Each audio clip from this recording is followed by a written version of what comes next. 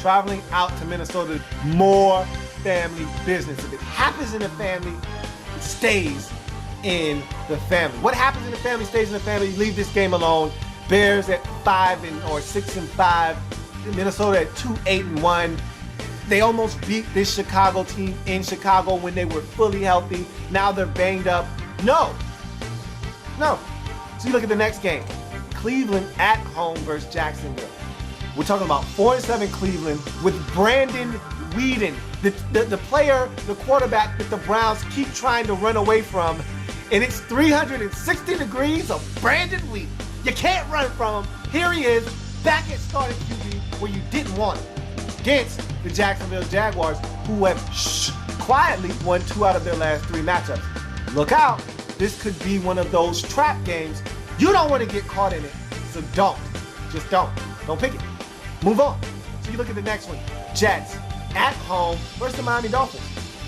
This one is easy for me. It's family business. It's Jets. It's Dolphins. It's a really good defense versus another really good defense. It's a rookie quarterback that struggles on the road, but he's at home versus a quarterback that has just been struggling. Need I say more? Do you know the outcome of this game? No, you don't. And if you don't know, then you don't go and pick the game. You just move on. So, you go to Buffalo, where the Buffalo Bills will be taking on the Atlanta Falcons. Look, I just talked about this yesterday, and I've talked about it last week and a week before that. You don't want any part of this Buffalo Bills team at home. You get them on the road, E.J. Manuel might struggle. This defense might not be as dominant. You got a shot. You get these guys at home, and it's a different element out there with the wind and the cold and the fact that E.J. Manuel's more comfortable at home and they play inspired football in front of their crowd. And this defense is nasty at home. Atlanta has struggled all year. Buffalo can get it done at home. This one is easy. The Bills are going to win, but they are the Buffalo Bills. And just in case you forgot, that 4-7 mark that they have smacks you right in your face and reminds you that they're still 4-7, they're still Buffalo, and you can't trust them for anything. So, don't pick this game. You look at the next one. San Francisco at home versus the St. Louis Rams. Family business, family business, family business. Look, the Rams don't have a problem beating San Francisco. San Francisco doesn't have a problem beating St. Louis. It's family business. This isn't my business. Keeping my nose clean, I'm staying out of it. Might be your business, but I know well enough to know that this isn't any of my pertainings, so I'm going to stay out and move on to the next matchup, which sees New England traveling on the road to take on the Houston Texans. The Texans stink. However, New England is on the road, and you know I like to stay away from road teams if at all possible. They couldn't even beat Jacksonville at home. They're probably not going to beat New England, but you just don't know when they'll decide to wake up and have one whale of a game. This could be the week. Who knows? You don't know. That's why I'm not picking this one. Leave it alone. Move on to the next matchup. San Diego hosting Cincinnati. San Diego, dangerous team. We saw that last week. They put up 41 on the vaunted Kansas City Chiefs defense. Granted, no Justin Houston, no Tamba Hali in the second half. I don't care. They scored 41. They can get it done. You look at Cincinnati. They're coming off a bye. They struggle on the road. This is a toss-up. And if you want to toss it up and play Russian roulette with this game, knock yourself out. But you won't get me caught up in it. I'm moving on to the next matchup. Giants on the road against the Redskins. Sunday Night Football. No. This is 4-7 New York versus 3-8 Washington. Where's the psychological sense in that, player? You need to wash your face. You think this is a good idea? It's not. So I'm moving on to Monday night that sees Seattle, the battle for NFC supremacy. 10-1 Seattle at home where they haven't lost in a year and a half versus 9-2 New Orleans. Really? I'm not even entertaining that. So that gets us back to my initial point. Dallas at home versus the Oakland Raiders. Take this one, run with it. don't look back. The Dallas Cowboys in week number 13 of the National Football League are the Soul Survivor! And you already know. So that takes us to let's tack on this quick extra point. 6 years ago, a daughter lost her father. A father lost his son. A mother lost her son. And a nation lost their favorite player. For those of you who don't know who I'm talking about, if you're a Redskins fan, then you know all too well who I'm talking about. The one, the only, Sean Taylor. He was murdered and taken from us 6 years to the day, November 27th. It's a day that is ingrained in the brains and the hearts of all Redskins fans everywhere. And it was a tragic day for all of us. I still remember it like it was yesterday. This guy was going to be a Hall of Fame player. He was becoming a better man, a better person. He had a daughter that was just born. He was starting to get it. Life was starting to make sense to him. And then his life was taken senselessly from him. It hurts. It still stings to this day because he was going to be one of the best to ever do it. Now he's no longer here. So if you're out there and you're a Redskins fan and you got one, go ahead and throw it up.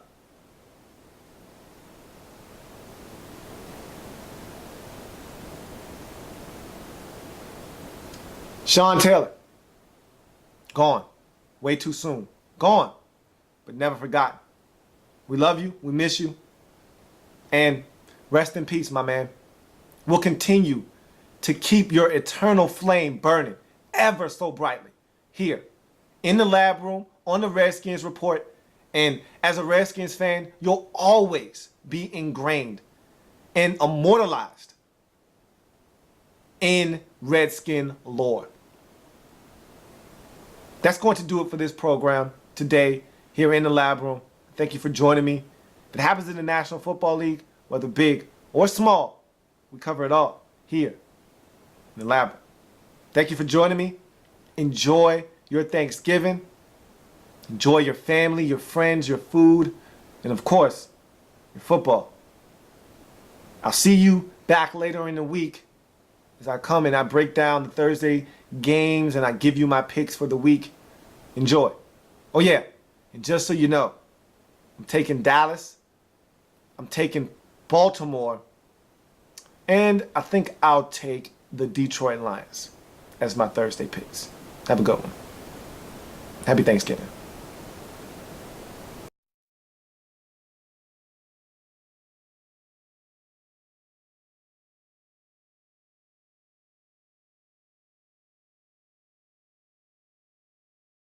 In the lab room.